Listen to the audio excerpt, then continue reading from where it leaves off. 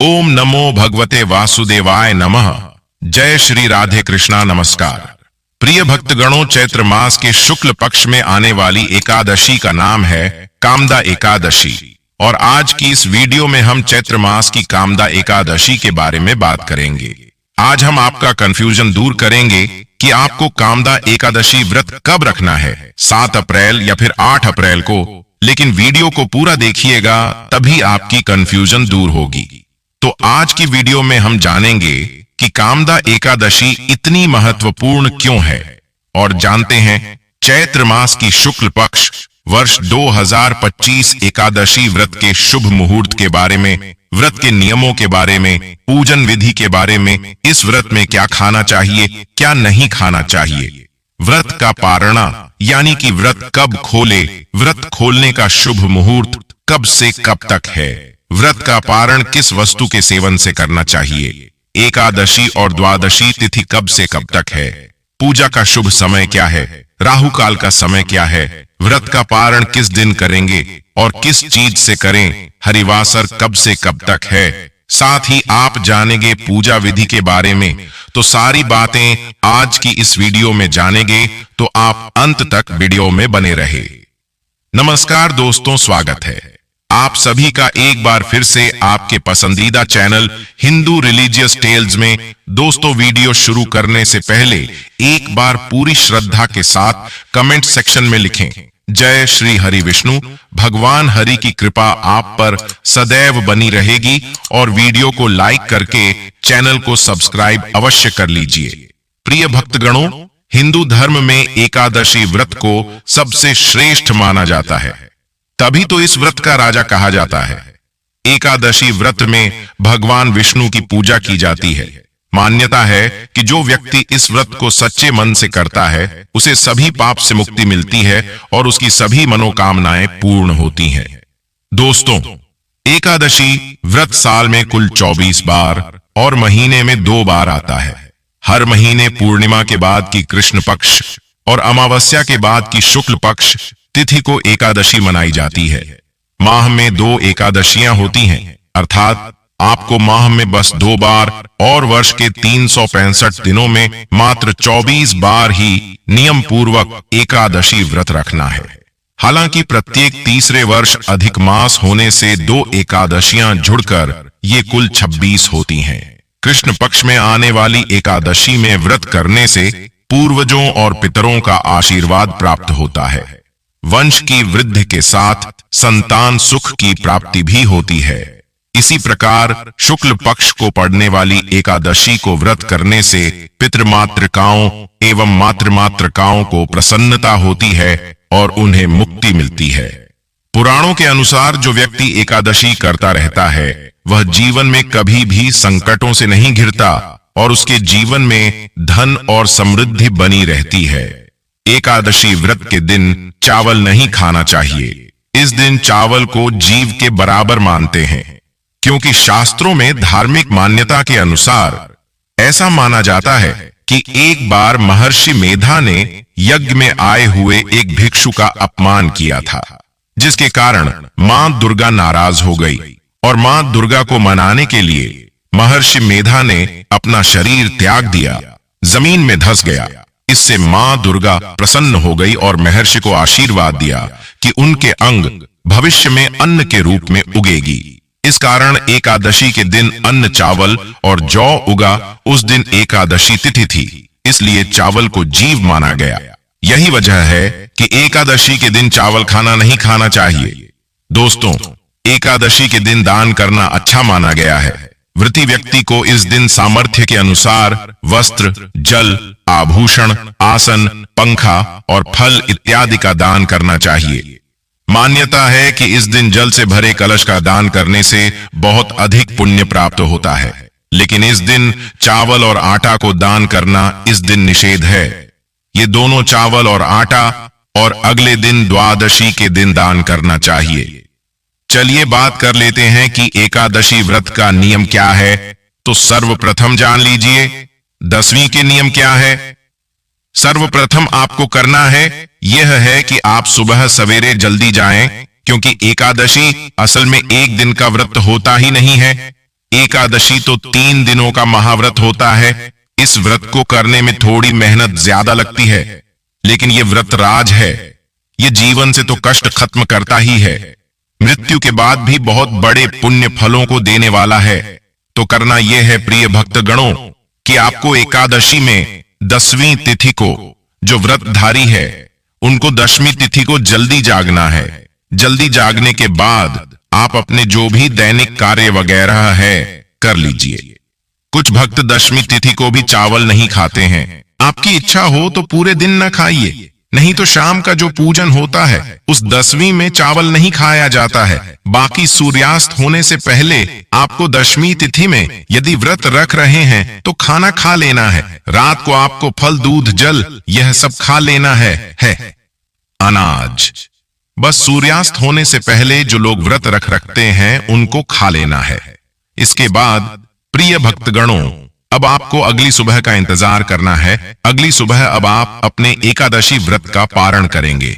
पहली बार भी करना चाहते हैं या फिर आप पहले से करते आए हैं तो आपको यही नियम पालन करना होगा।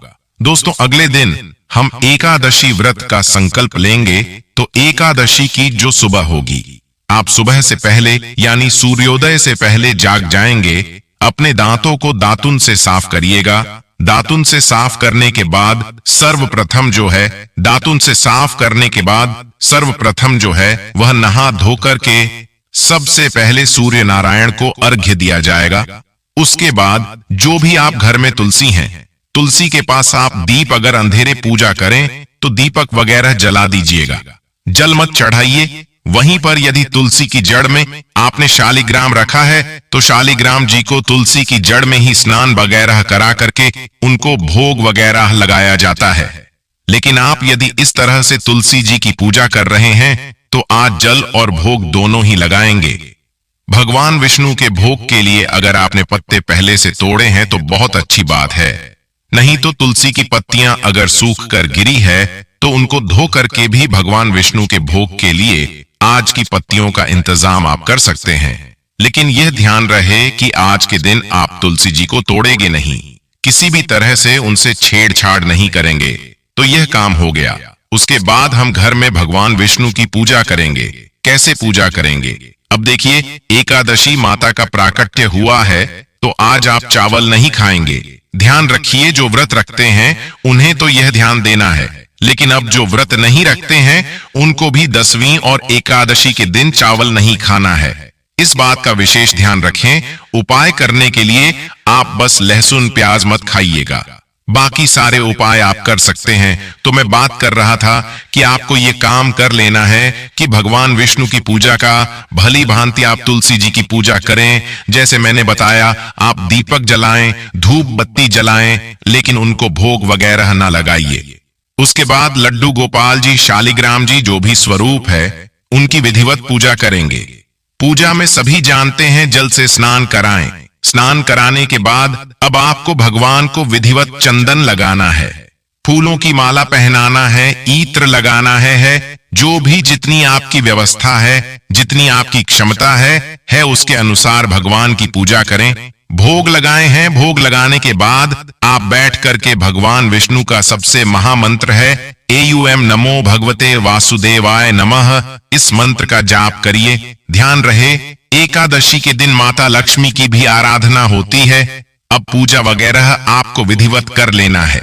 एकादशी के नियमों का पालन जो है वह आपको ध्यान रखना है कि एकादशी व्रत करने वाले को अनाज नहीं खाना चाहिए, नमक का त्याग करना चाहिए, सरसों का तेल वगैरह नहीं खाना चाहिए। आपको खाना है फल फूल, दूध, चाय वगैरह जो भी आप खाना चाहे, मतलब सब फलाहार ही खाएं। उसके बाद आपको रात को आप चाहे तो भगवान विष्णु का भजन कीर्तन करें।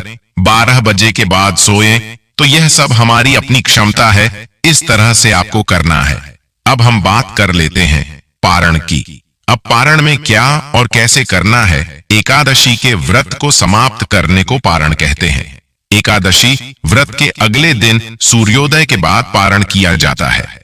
एकादशी व्रत का पारण द्वादशी तिथि समाप्त होने से पहले करना अति आवश्यक है। यदि द्वादशी तिथि सूर्योदय से पहले समाप्त हो गई हो तो एकादशी व्रत का पारण सूर्योदय के बाद ही होता है। द्वादशी तिथि के भीतर पारण न करना पाप करने के समान होता है। एकादशी व्रत का पारण हरिवासर के दौरान भी नहीं करना चाहिए। जो श्रद्धालु व्रत कर रहे हैं उन्हें व्रत तोड़ने से पहले हरिवासर समाप्त होने की प्रतीक्षा करनी चाहिए। हरिवासर द्वादशी तिथि की पहली 1/4 अवधि है। व्रत तोड़ने के लिए सबसे उपयुक्त समय प्रातः काल होता है। व्रत करने वाले श्रद्धालुओं को मध्याह्न के दौरान व्रत तोड़ने से बचना चाहिए। कुछ कारणों की वजह से अगर कोई प्रातः काल पारण करने में सक्षम नहीं है तो उसे मध्याह्न के बाद पारण करना चाहिए। कभी कभी एकादशी व्रत लगातार 2 दिनों के लिए हो जाता है। जब एकादशी व्रत 2 दिन होता है तब स्मार्त परिवारजनों को पहले दिन एकादशी व्रत करना चाहिए। दूसरे दिन वाली एकादशी को दूजी एकादशी कहते हैं। सन्यासियों, विधवाओं और मोक्ष प्राप्ति के इच्छुक श्रद्धालुओं को दूजी एकादशी के दिन व्रत करना चाहिए। जब जब एकादशी व्रत 2 दिन होता है तब तब दूजी एकादशी और वैष्णव एकादशी एक ही दिन होती हैं।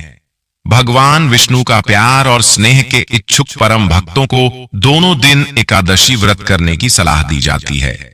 एकादशी के दिन यदि आपके घर परिवार में जन्म अथवा मृत्यु का सूतक लग जाता है तो ऐसी परिस्थिति में आप एकादशी व्रत तो अवश्य करें। सभी नियमों का भी पालन करें, लेकिन आपको भगवान का स्पर्श या पूजन अर्चन नहीं करना चाहिए। अगले दिन जब आप व्रत का पारणा करते हैं तो सूतक की अवस्था में जल या तुलसी पत्र या फल या फलाहारी वस्तु से व्रत का पारणा कर सकते हैं।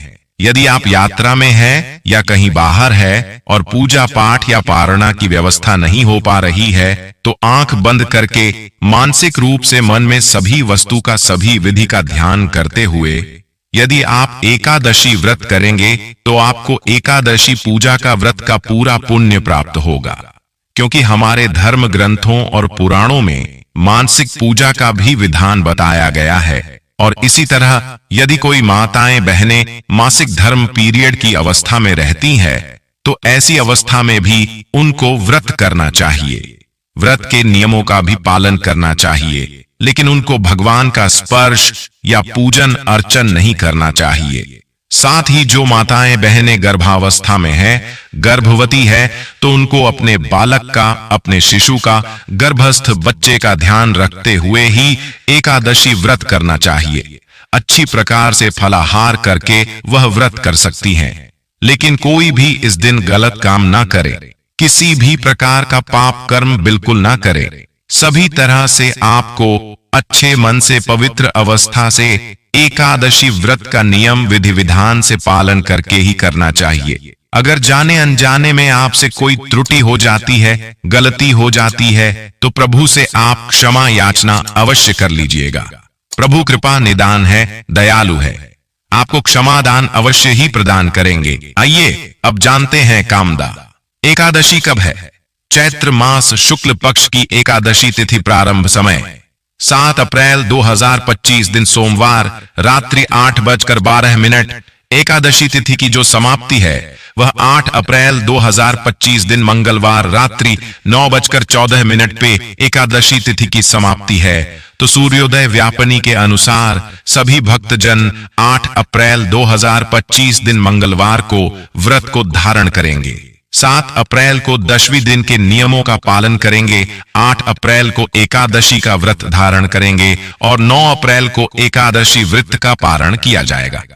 एकादशी व्रत का पारण हरिवासर समाप्त होने के बाद करना चाहिए। द्वादशी तिथि का पहला चौथाई हिस्सा हरिवासर का होता है, तो द्वादशी तिथि की जो समाप्ति है वह 9 अप्रैल 2025 दिन बुधवार रात्रि 10:57 पे द्वादशी तिथि की समाप्ति है।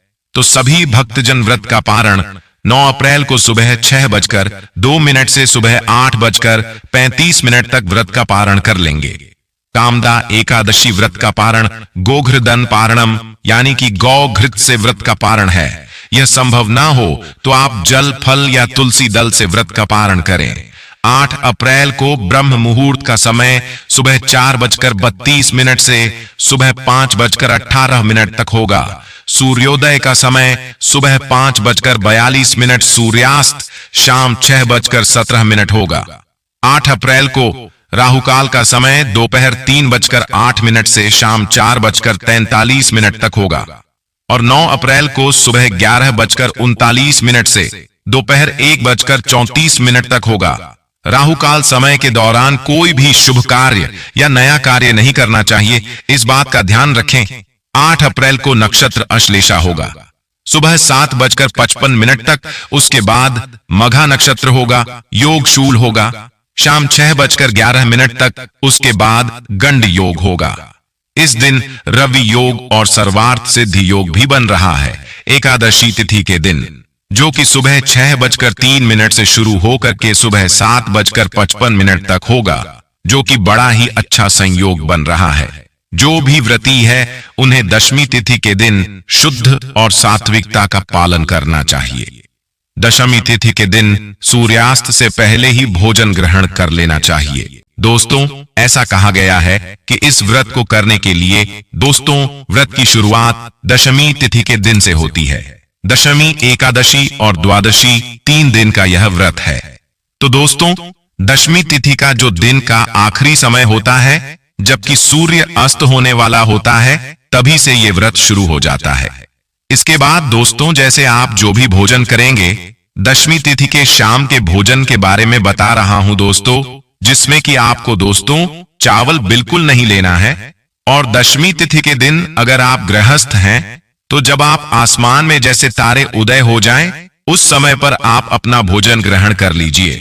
अगर आप सन्यासी हैं या विधवा है, तो आप और जल्दी इस भोजन को ग्रहण करें, करीब 5 बजे के आसपास। इसके बाद दोस्तों, रात में आपको बिल्कुल भी भोजन ग्रहण नहीं करना है। आपको दशमी तिथि के दिन अपने व्रत की शुरुआत करनी है। और दोस्तों, इस दिन पर जौ, गेहूं, मूंग और शक्कर, सेंधा, नमक, काली मिर्च और घी से बना हुआ भोजन आपको ग्रहण करना है। इस भोजन को ग्रहण करने के बाद रात भर आपको उपवास रखना है, जिससे कि जब आपका एकादशी का व्रत अगले दिन शुरू हो, उस समय पर आपके पेट में अनाज का बिल्कुल भी दाना नहीं होना चाहिए। इस व्रत को महापुण्य फलदायी बताया गया है। व्रत के नियम थोड़े से कठोर हैं। ऐसा कहा जाता है दोस्तों, अगर आप एकादशी का व्रत निर्जला रखते हैं तो आपको कई गुना उसका फल प्राप्त होता है। अगर आप दोस्तों निर्जला उपवास नहीं रख सकते तो फलाहार करके उपवास रखते हैं, यानी फल जिसमें कि दोस्तों बताया गया है आम, केला, अंगूर, बादाम, पिस्ता, इन्हें अमृतदायी फल बताया गया है। इन फलों को खाकर आप इस उपवास को रख सकते हैं। एक समय दोस्तों शाम के समय आप नमकीन फलाहार भी कर सकते हैं। अगर आपका शरीर साथ नहीं देता, जिसमें कि आप सिंघाड़े के आटे की पूरी आलू के साथ बना सकते हैं। जो भी सिंपल फलाहार है वह करिएगा। समा का चावल और मूंगफली मत खाइएगा, ये मैं खाने के लिए मना कर रहा हूं। आलू वगैरह खाकर उपवास को करिए जब एकादशी का व्रत हो जाए। शाम के बाद अगले दिन द्वादशी के दिन जब आप सुबह जागते हैं, उसके बाद नहा धोकर भगवान का पूजन करिएगा। और आप इस दिन पर ब्राह्मण भोज करा सकते हैं तो ब्राह्मण भोज जरूर कराइए। नहीं करा सकते तो आप उनके खाने पीने का जो कच्चा सामान है, जिसे कि सीधा बोलते हैं, वह ब्राह्मणों को जरूर दीजिए। और मान्यताओं के अनुसार हरिवासर के समय व्रत नहीं खोला जाता है। हमेशा हरिवासर का समय बीतने के बाद और सूर्योदय के बाद ही व्रत खोलना चाहिए। दोस्तों, अगर आपके पास उस समय पर कोई भी भोजन नहीं है तो आप केवल पानी या जल पीकर इस व्रत का पारण भी कर सकते हैं।